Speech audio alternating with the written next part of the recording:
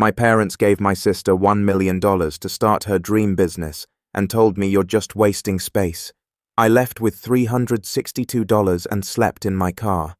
5 years later, her business was bankrupt. Then she saw my oceanfront villa and screamed that life was supposed to be mine. I was 24 when my parents told me to pack my things and leave. You're just wasting space here, Ethan. My father said, his tone cold and final, like he'd been rehearsing that line for weeks. My mother didn't look at me, just stirred her coffee and mumbled something about how I needed to learn responsibility. The irony didn't even sting anymore. Not when my older sister Madison was sitting right there at the kitchen table smiling like she'd just won a Lifetime Achievement Award. And in a way she had, because they'd given her $1 million to start her dream business. $1 million in cash, transferred straight from Dad's account to hers. He even printed out the confirmation page like it was a trophy. "We believe in you, Maddie," he said, beaming. "This will finally put the family name on the map." She giggled, flipped her hair, and kissed his cheek like the golden child she'd always been. Meanwhile, I stood by the door with my half-packed duffel bag, the air thick with the smell of fresh espresso and favoritism. I'd seen it coming for years. Madison was the golden child, the prodigy, the princess who could do no wrong. I was the quiet one, the drifter, the one who didn't know what he wanted in life. She flunked out of college twice before deciding she was an entrepreneur, and somehow that made her visionary.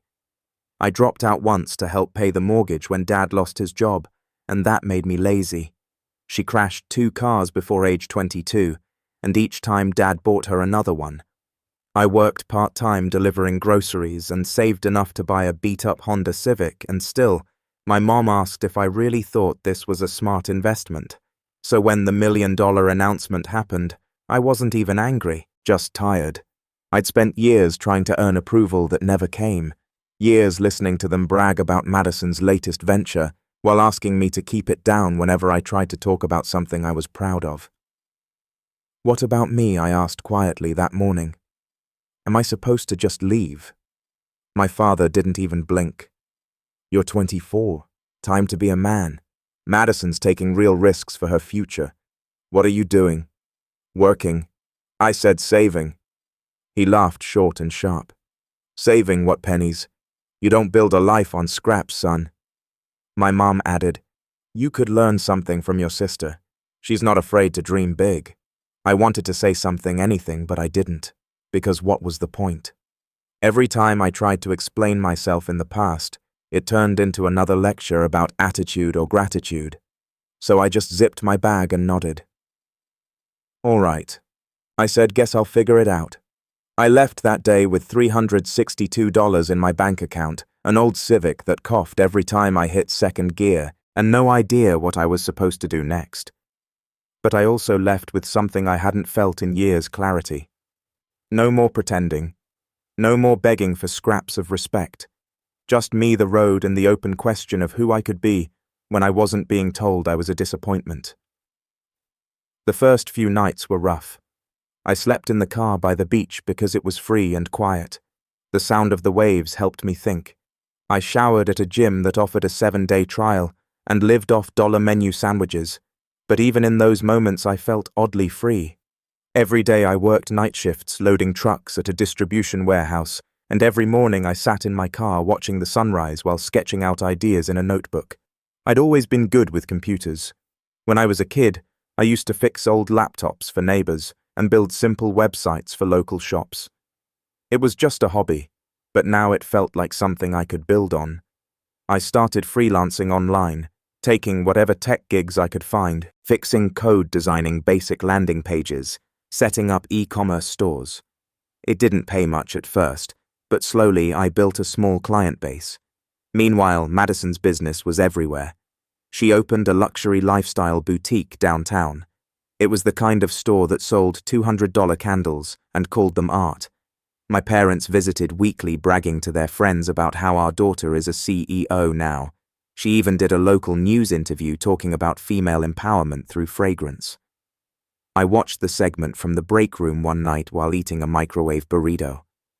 My coworker Tony glanced at the TV, then at me. "Hey, That your sister? He asked. Yeah, I said. She's got that millionaire smile, huh? He joked. Yeah, I said again, but softer this time. I wasn't jealous. At least that's what I told myself. But there were nights when I lay in the back seat of my car, staring at the ceiling, wondering if maybe they were right about me. Maybe I was the disappointment. Maybe some people were just born to have it all handed to them, while others had to claw their way through life. But then I'd remember the way my dad's voice had cracked when he said, "You're wasting space." And something inside me hardened. If they thought I was a waste of space, I'd build something so big it would make them choke on those words. So I doubled down. I saved every penny I could, taught myself new skills, and started building something real, a software platform for small businesses to manage their inventory. It started as a side project, but soon a few of my clients wanted to try it. Then they told others. Within a year, I had 20 paying users, then 50, then 100. I wasn't rich, not even close, but it was the first time I felt like I was actually going somewhere. During that time, Madison's store got fancier. She hired influencers, hosted champagne nights, and posted motivational quotes about hustle while wearing designer heels. Mom sent me every article, every photo, every new milestone. "You should be proud of your sister," she'd say over text. "She's really doing it." I never replied.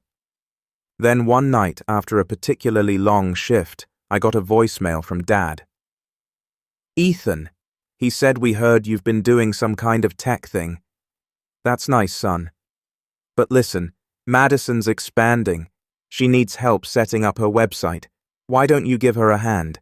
It'd be good practice for you and family. Should help family." I remember staring at my phone for a long time, the sound of traffic humming outside my window. Help her. The same sister who hadn't even asked how I was doing in years. The same parents who tossed me out like I was a burden. I didn't call back, but that was the night I knew something had shifted. I wasn't the same broke kid sleeping in his car anymore.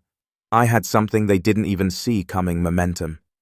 A few months later, my platform landed a major client, an independent retailer chain, that signed a 6-figure contract.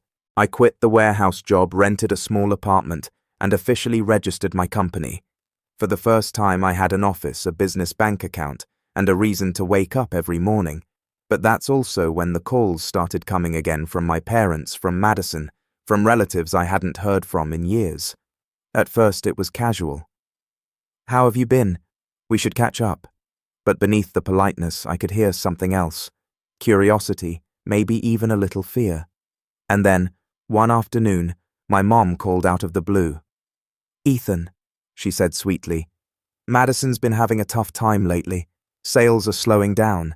Maybe you could, help her out. You're doing well now, aren't you?" That was the first crack in the golden image they'd built around her.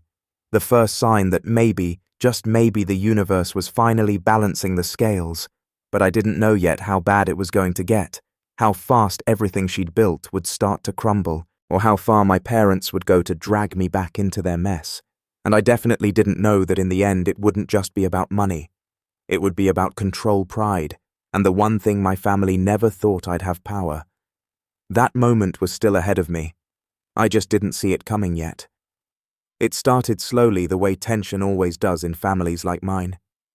Little comments slipped into phone calls, old patterns sneaking back in through polite voices. For months I'd been trying to keep my distance, focusing on growing my software company. But somehow my family always found a way to pull me back in. My mother called one Sunday afternoon right as I was preparing a pitch for an investor. "Ethan's sweetheart," she said, her tone sugary but sharp underneath. "Your sister's boutique has been struggling a bit lately. You know how the economy is." I didn't respond right away. "She just needs a bit of guidance. That's all." Mom continued. "You're so good with business now. Maybe you could look at her website, fix it up a little. Your family, after all. Family. That word again. It had become their favorite weapon. "I'm a bit busy right now, Mom," I said carefully. "Maybe she should hire a developer." There was a pause, then the sigh I knew too well. Ethan, don't be difficult. She's your sister. You know she supported you when no one else did. That one made me laugh quietly, bitterly. Supported me. She hadn't even called me after I left home. Mom, I don't think helping with her boutique is. But she interrupted. Don't be selfish, Ethan. You owe this family after all we've done for you. I just hung up. For years I'd been the one expected to apologize, to make peace, to accept that I was always less than. Not anymore. A few days later, Madison herself called. I almost didn't pick up, but curiosity won. Ethan, she said brightly, as if we were best friends. Oh my God, it's been forever. Yeah, I said flatly. So, she continued, Mom probably told you, I've been going through a little business hiccup. Nothing serious, just some cash flow stuff. But I figured since you're in the business world now, she emphasized it like it was some kind of novelty. Maybe you could help me out. I didn't say anything, so she went on. I was thinking maybe you could invest, like a small partnership just to get us through this season. It'd be good PR for you too. I laughed out loud. You want me to invest in your candle shop? Her tone immediately sharpened. It's not a candle shop, Ethan. It's a luxury lifestyle brand. And yes, I thought you'd want to help your sister instead of laughing at her. I didn't laugh at you, I said. I laughed at the idea that you think I'd fund the same people who kicked me out. There was a pause, heavy loaded. So that's how it is, she said coldly. You're still holding a grudge. I'm not holding anything, I said. I just learned. She hung up without another word. 2 days later, my parents showed up at my office unannounced. I was in the middle of a meeting when the receptionist knocked and whispered, There's an older couple here. Says they're your parents. My stomach dropped. When I stepped into the hallway, there they were. My dad in his usual pressed shirt, and my mom clutching her purse like it held the moral high ground. Ethan. Dad said, his voice slow but firm. You need to stop acting like a stranger. I blinked. You threw me out. He waved a hand. You needed to learn responsibility. And look, it worked. You've done well. You should thank us. That line nearly made me choke. Thank them for making me sleep in my car, for years of humiliation. Before I could answer, Mom chimed in. We're not here to argue, honey. We just want you to do the right thing. Madison's worked so hard and she's been under so much stress. You're successful now. You can afford to help her. And by help you mean Dad crossed his arms. A loan or an investment. You could save her business. I stared at them both. You gave her $1 million, remember? That was years ago, Mom said. Businesses take time to grow. And mine didn't get a single cent, I said. But I'm the one who's supposed to bail her out. Dad's jaw tightened. Don't twist this. You wouldn't even have that business if we hadn't pushed you out of the house. There it was, the classic rewrite of history. Somehow their cruelty had become tough love. I think we're done here, I said quietly, turning toward my office door. Mom called after me. You'll regret this, Ethan. Families should stand together. But they left before I could reply.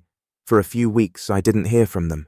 I buried myself in work, building partnerships, hiring 2 developers, and expanding into new markets. But the silence didn't last. It never did. It started with small things.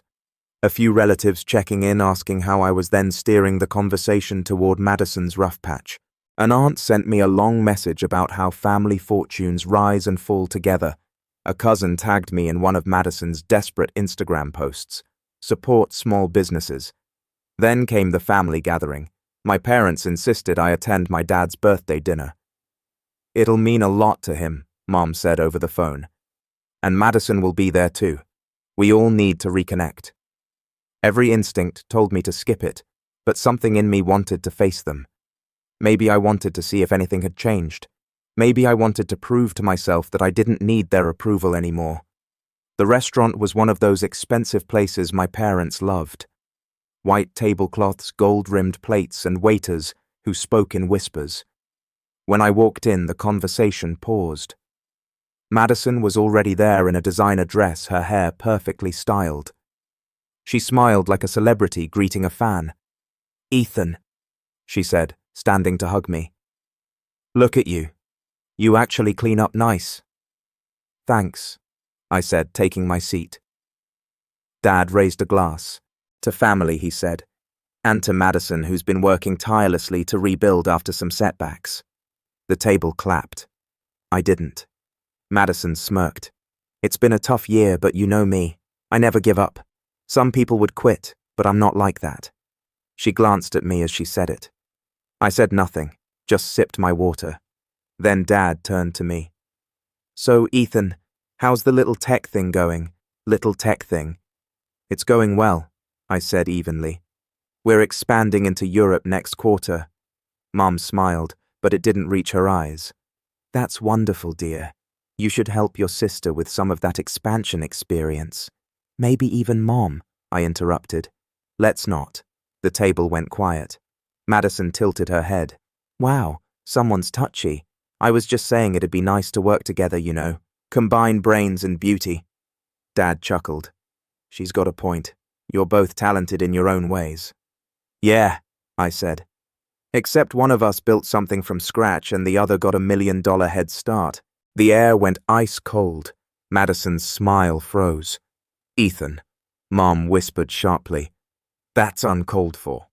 "No," I said, my voice calm. "What's uncalled for is pretending none of this ever happened." Dad slammed his hand on the table. "Enough. This is supposed to be a celebration."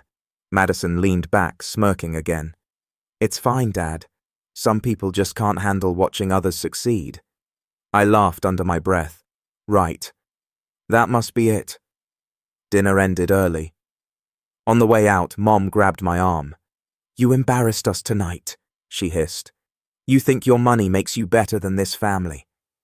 I looked her straight in the eye. "No, Mom.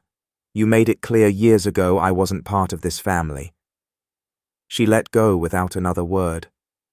Over the next few months, things escalated. Madison's boutique began posting discount sales every week. Then she deleted the comment section on her posts. Eventually, I started hearing rumors from clients from mutual acquaintances that she owed vendors tens of thousands.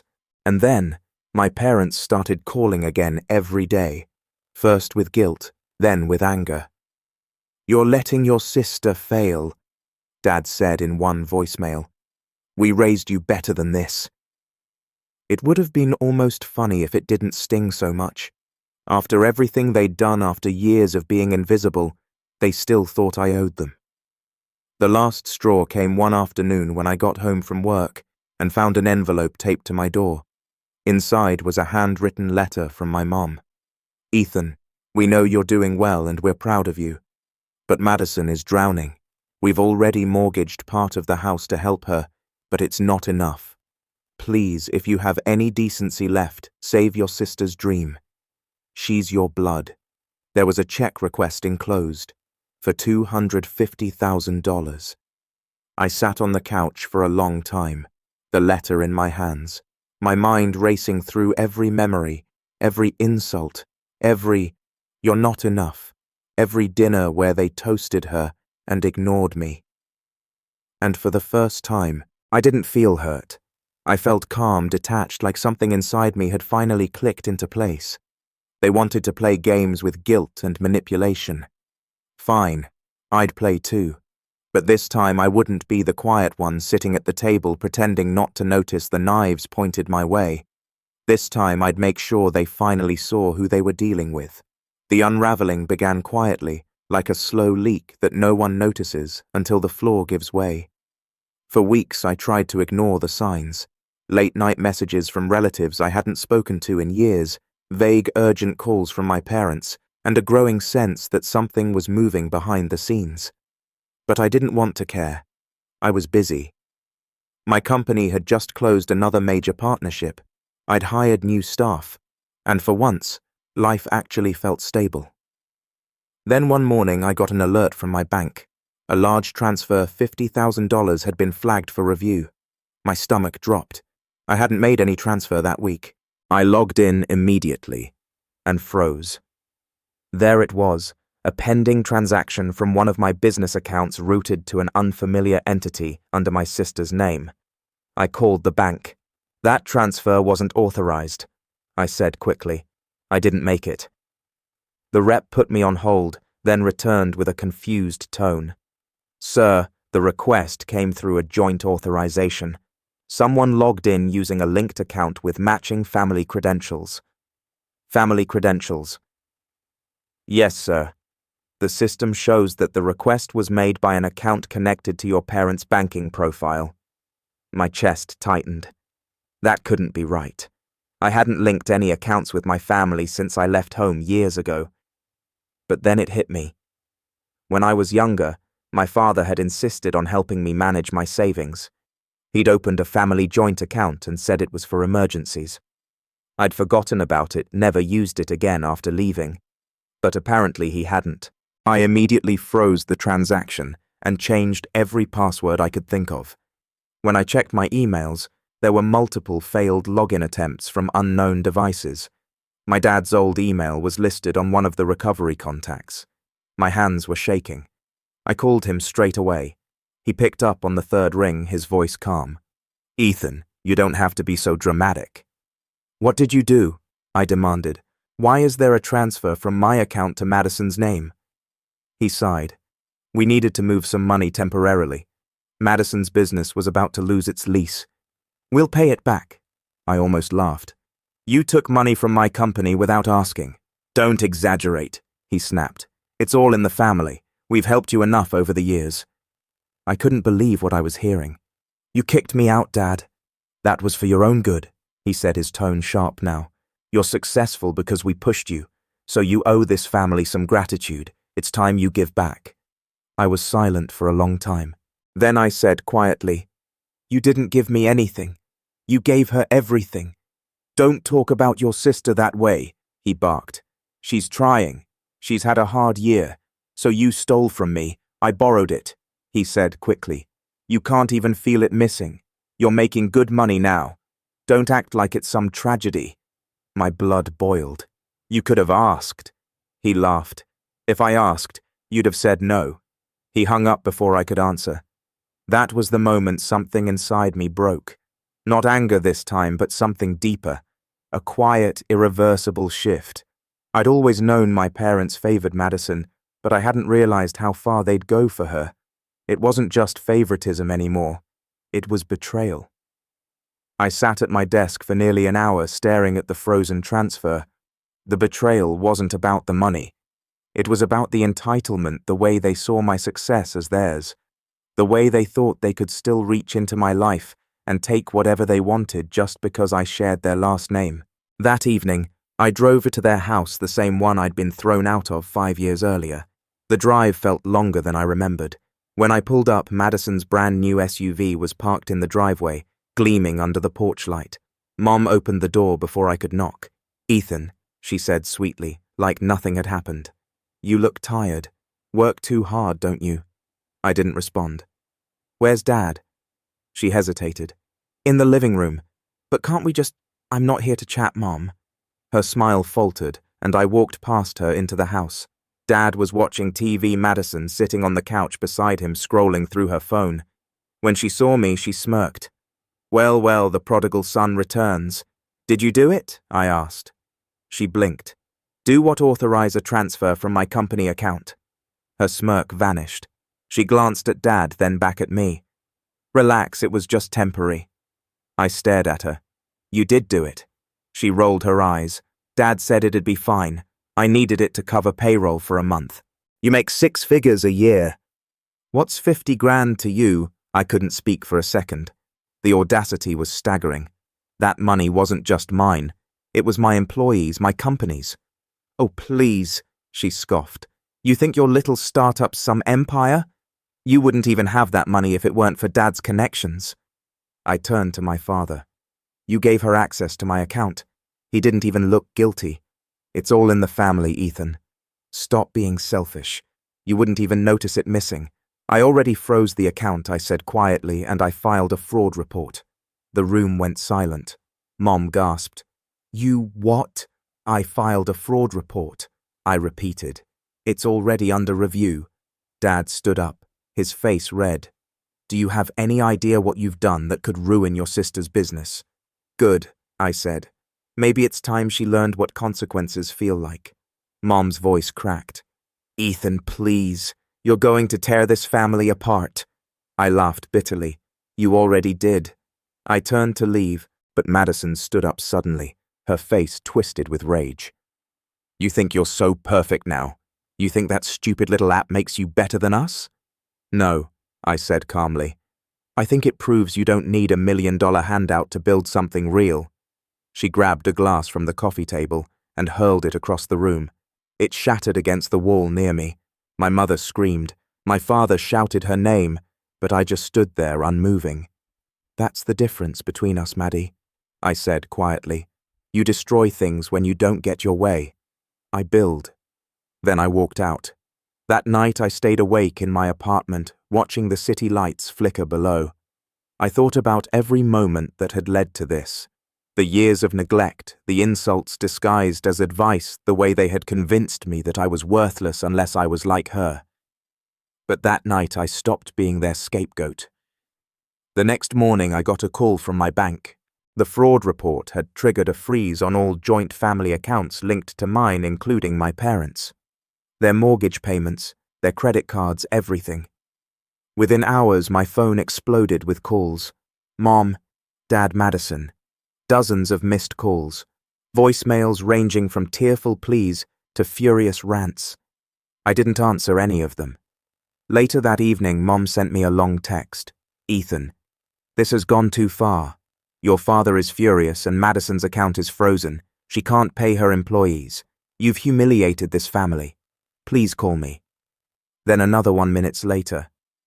Your father says if you don't fix this, you're no longer welcome in this house. I read both messages, then powered off my phone. For the first time in years, I felt something that wasn't guilt or anger.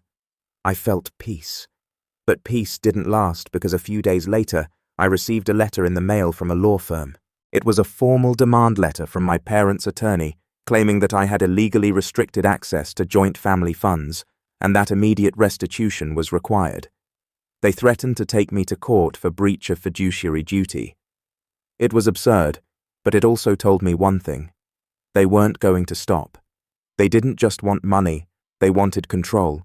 And if they couldn't guilt it out of me, they'd try to scare it out of me.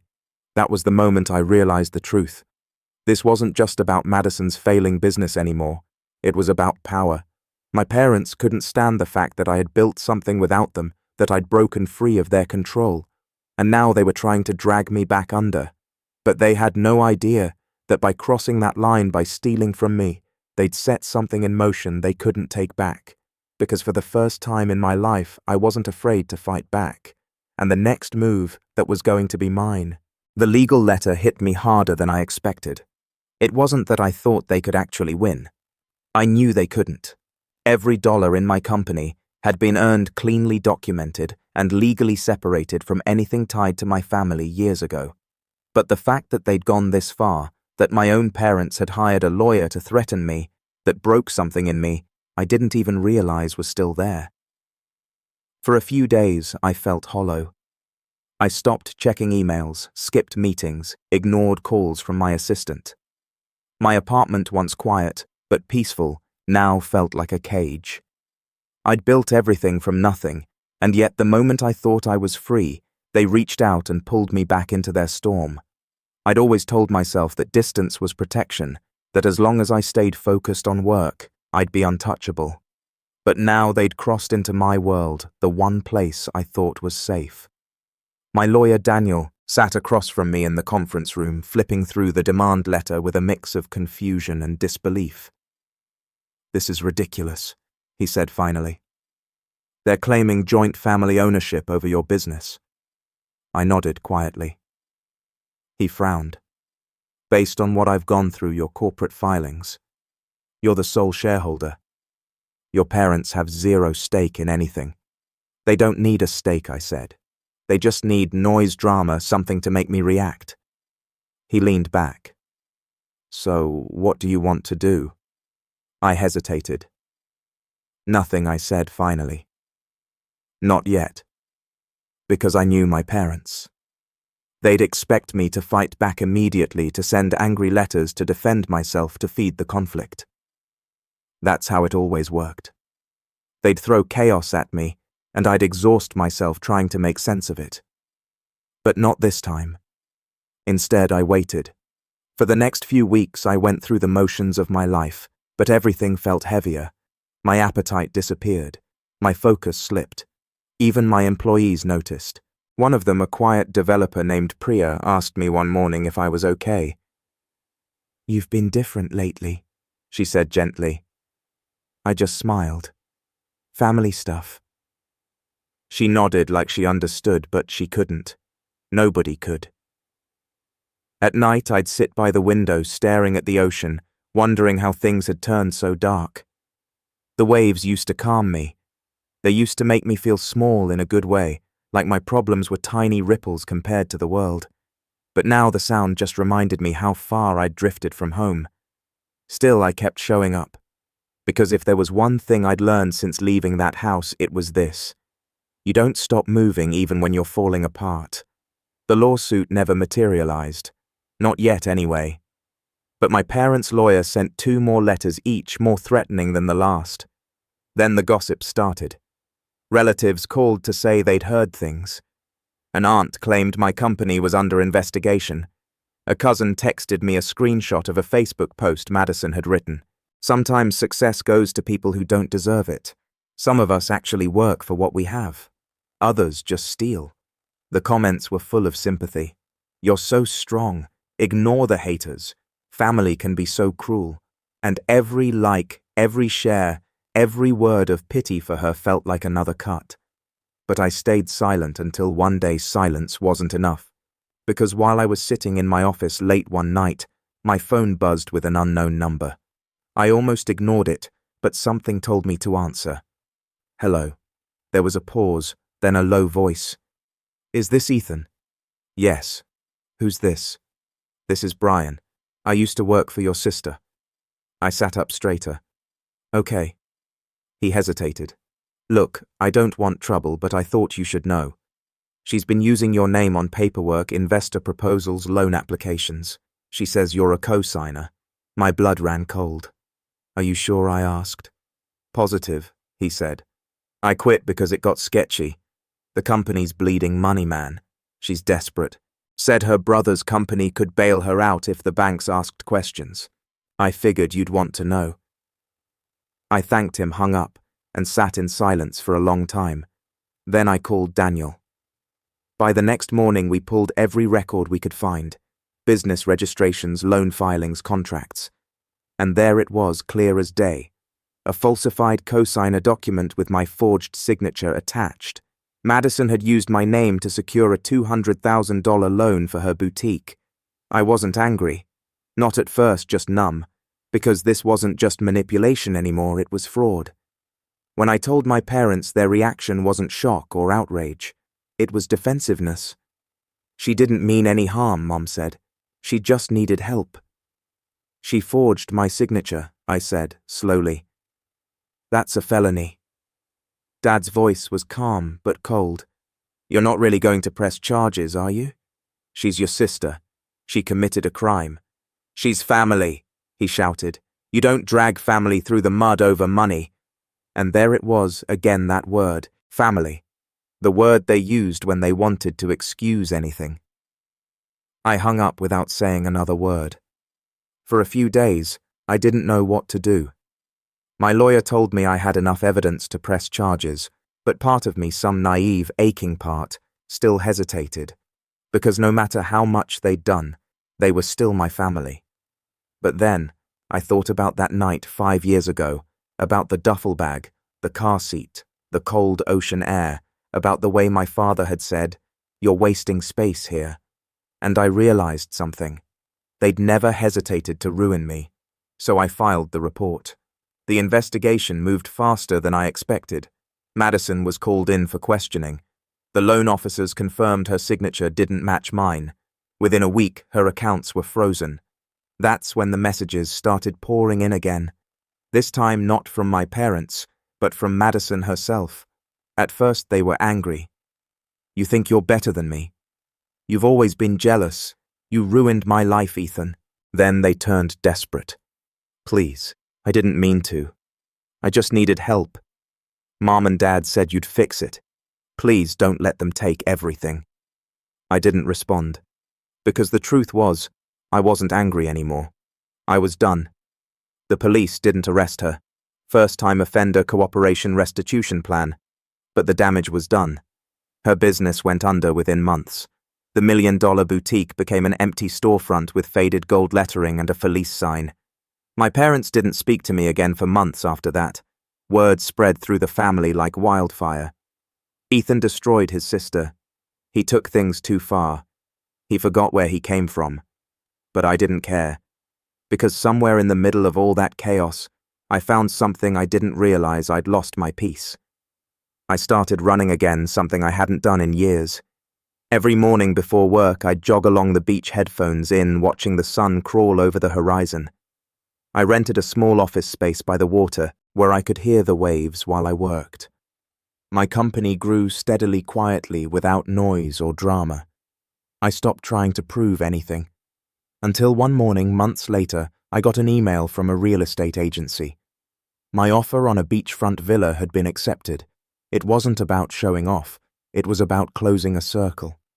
I'd lived in my car by that same beach years ago. Now I owned a home overlooking it. I stood in the empty living room that first night, the ocean breeze spilling through the windows, and thought about everything I'd lost and everything I'd gained.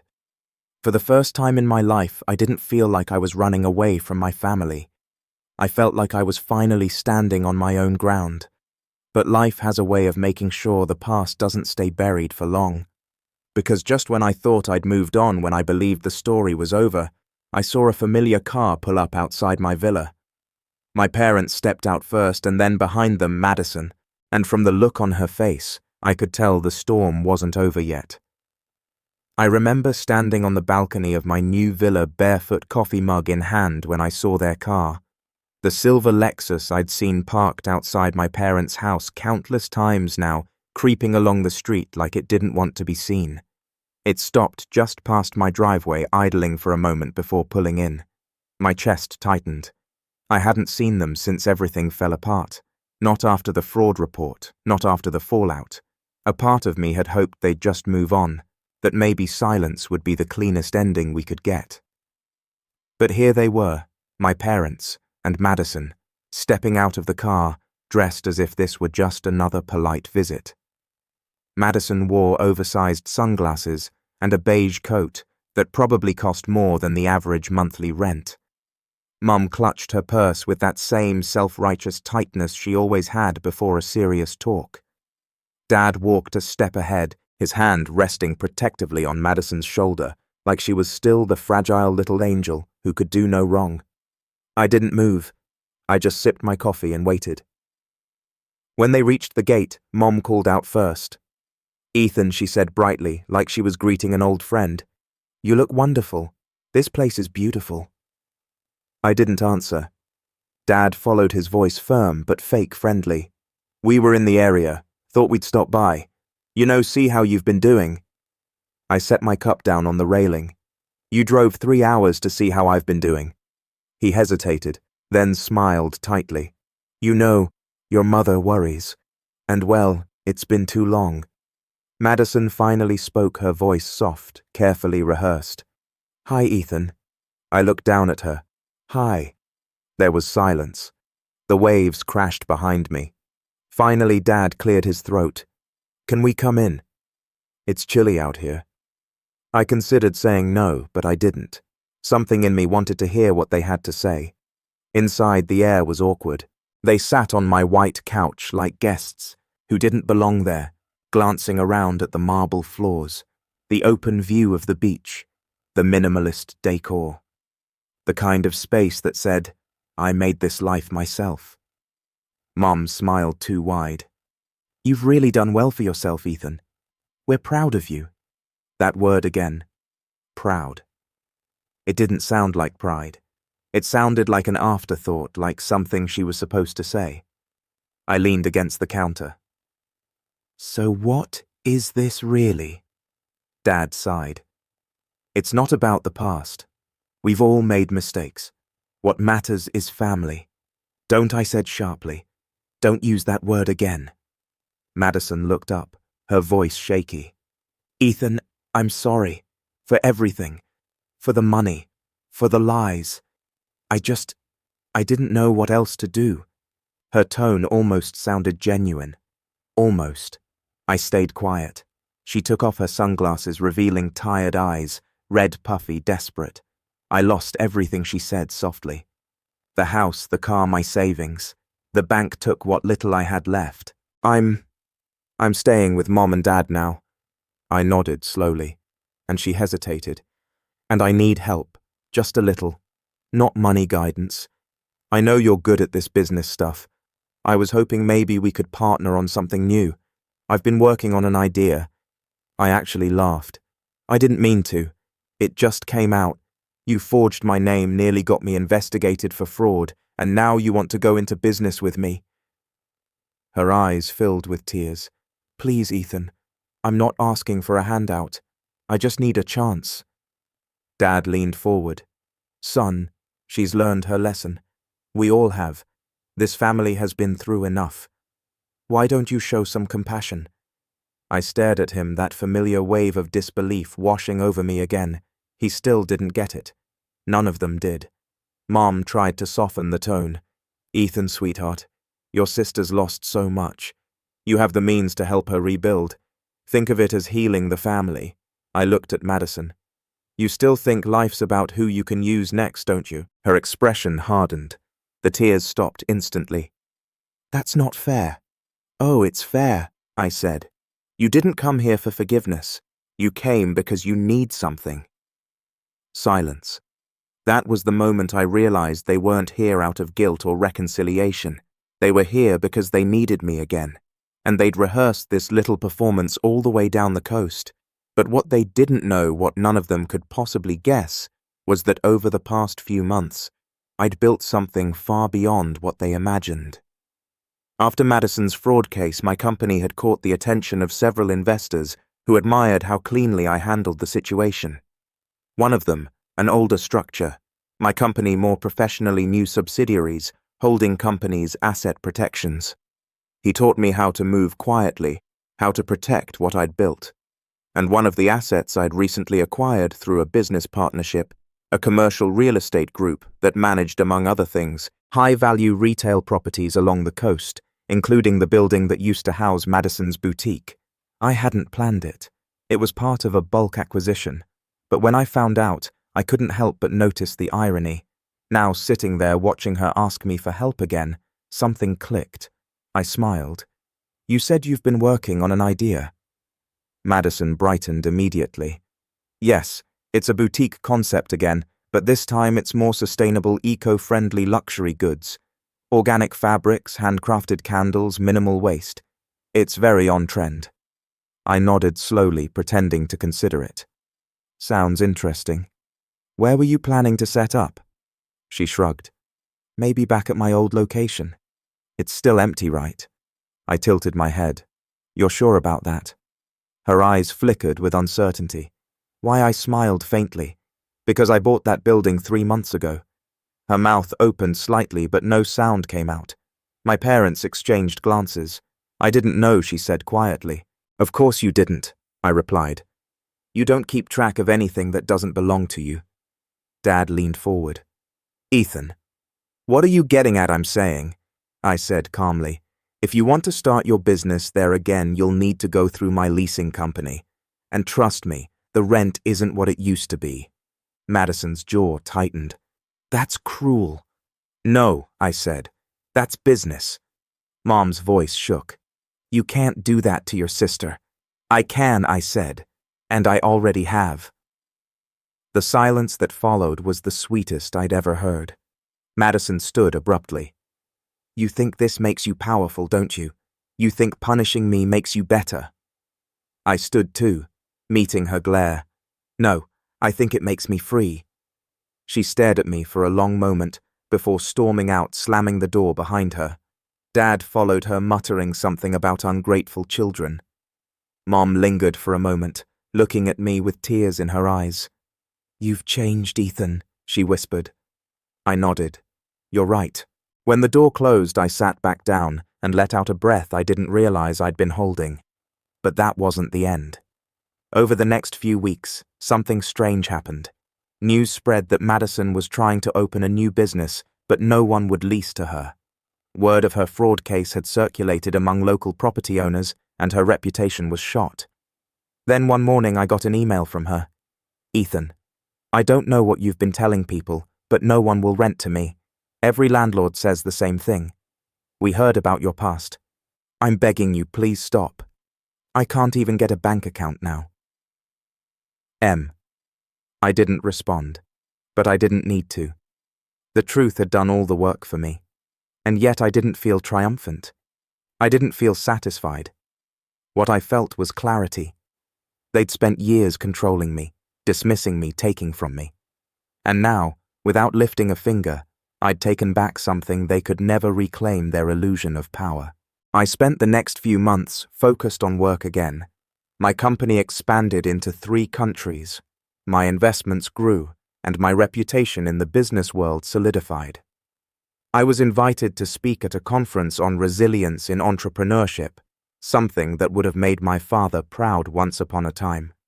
And then, one afternoon, I got a letter, not from my parents, not from Madison, but from my family's attorney. It wasn't a threat this time. It was an invitation. My parents were selling their home, the same one they'd kicked me out of, and they wanted me to consider buying it, to keep it in the family. I almost laughed when I read it. The house that had once been their throne, their symbol of control, was now something they wanted me to preserve. I called my lawyer. "Buy it," I said simply, "all cash." Within 2 weeks, the deed was in my name. I didn't move in. I didn't even visit.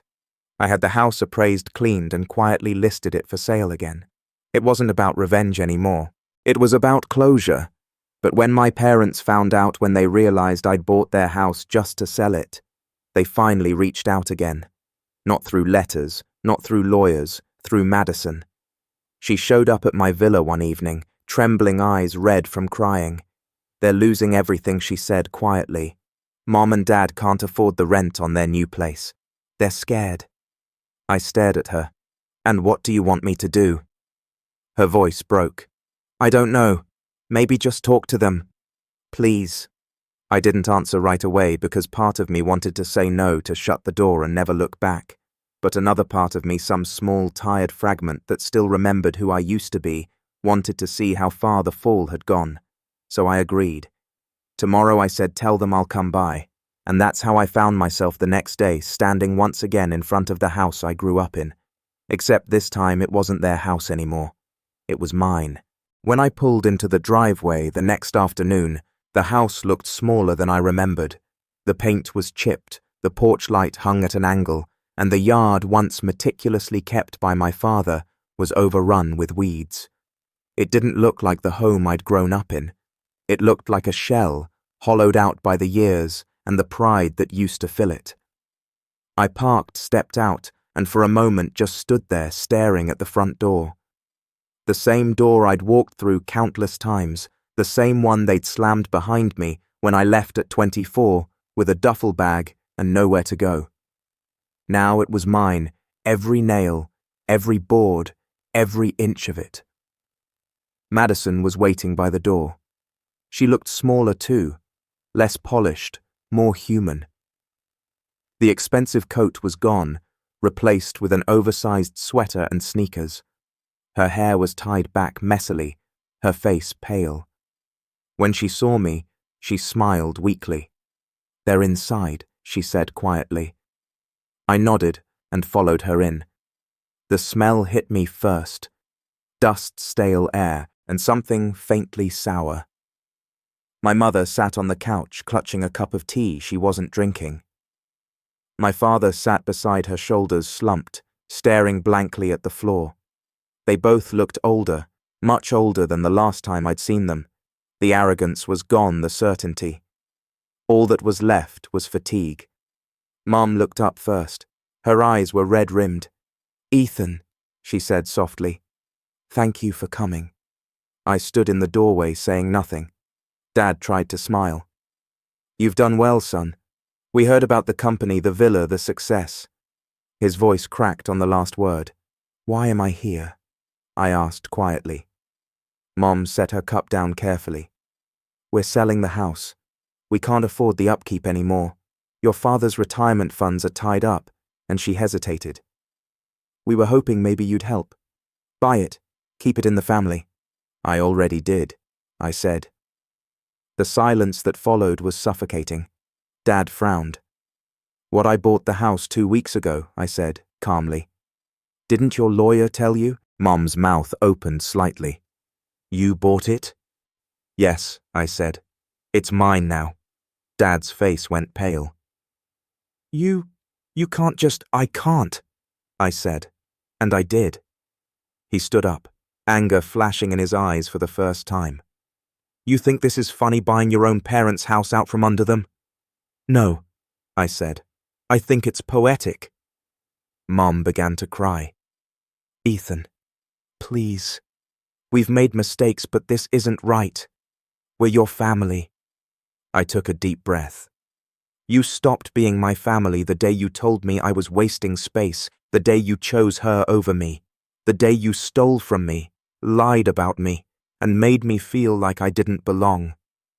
Madison stood by the wall, frozen, her eyes darting between us. Dad's voice shook. "So what now? You're going to throw us out? You think that makes you a man?" I looked at him for a long time. "No," I said quietly. "I think surviving you did." He flinched but said nothing. Mom reached for my hand, but I stepped back. "You don't have to do this," she whispered. "We can start over." "We can." I cut her off. "You had years to start over. I begged you for a chance back then. I asked for respect, not money. I asked to be treated like I mattered. You gave me silence. You gave her everything." Madison finally spoke, her voice trembling. "Ethan, please. They've lost everything. Don't make this worse." I turned to her. "You forged my signature. You almost destroyed everything I built. And now you want me to fix the mess again. You've never learned, Maddie. You never will." Tears filled her eyes. "I said I was sorry. I know I said, but sorry doesn't undo years of damage." For a long moment, none of us spoke. The only sound was the faint hum of the refrigerator and the ticking of a clock somewhere in the kitchen. It felt like time itself was holding its breath. Then I pulled a folder from my jacket and set it on the table. "These are the sale documents," I said. "The house will be listed next week. You have 30 days to move out." Mom gasped. "Ethan, no, please." I shook my head. "I'm not doing this to hurt you. I'm doing it to end it, to stop pretending there's anything left to save." Dad's jaw clenched. "You think you're the victim in all this? You wouldn't even be standing here if we hadn't pushed you." I looked him dead in the eye. "Then maybe you should have pushed harder. I might have gotten here sooner." He didn't have a response. Mom sobbed quietly into her hands. Madison stood motionless, tears sliding down her cheeks. I walked toward the door, my footsteps echoing in the empty house. When I reached it, I turned back one last time. "You taught me that family means loyalty, but what you really meant was obedience. I spent years breaking myself trying to earn your love. Now I finally understand I don't need it." Then I left. Outside, the sun was beginning to set, casting long orange streaks across the lawn, the same yard I'd mowed as a kid, the same driveway I'd stood on the night they told me to leave. I walked down it slowly, feeling every step like it was closing a chapter I'd been stuck in for half my me out. "Ethan," she called, running toward me. "Wait." I turned. She stopped a few feet away, breathing hard. "You don't have to do this. You could forgive them. You could forgive me." I looked at her sadly. "You don't want forgiveness, Maddie. You want things to go back to the way they were. But that version of me, the one who'd give everything and expect nothing, That version died a long time ago. She swallowed hard. Then what now? You just drive away. Leave us with nothing. I nodded slowly. Exactly what you did to me. For a moment she looked like she wanted to scream, to fight, to throw something like she always used to when things didn't go her way. But instead she just stood there, eyes glistening, shoulders shaking. I hope someday you understand, I said quietly, because I already have. Then I got into my car and started the engine. In the rearview mirror I saw her standing there as I drove away, small, broken and silent. For the first time in years I didn't feel anger. I didn't feel sadness either. What I felt was freedom. Weeks later I got the final update from my lawyer. The house had sold for nearly double what my parents paid for it. I didn't keep a cent. I had the proceeds quietly donated to a scholarship fund for kids who'd grown up with nothing, kids who'd been told like me once that they'd never make it. The news of the sale reached my parents through Madison. She sent one last message. They're moving into a small apartment in the city. Mom cries a lot. Dad doesn't talk much. I hope you're happy now. I read it once, then deleted it because happiness wasn't the point. Peace was. Months later, standing on the balcony of my villa again, I watched the ocean stretch endlessly into the horizon. The same view I used to stare at from my car window, hungry and tired and invisible. Now it was mine, not because of revenge, but because I'd stopped chasing people who never wanted to see me win. I thought about calling them one last time, thought about saying something, anything. But then I realized there was nothing left to say.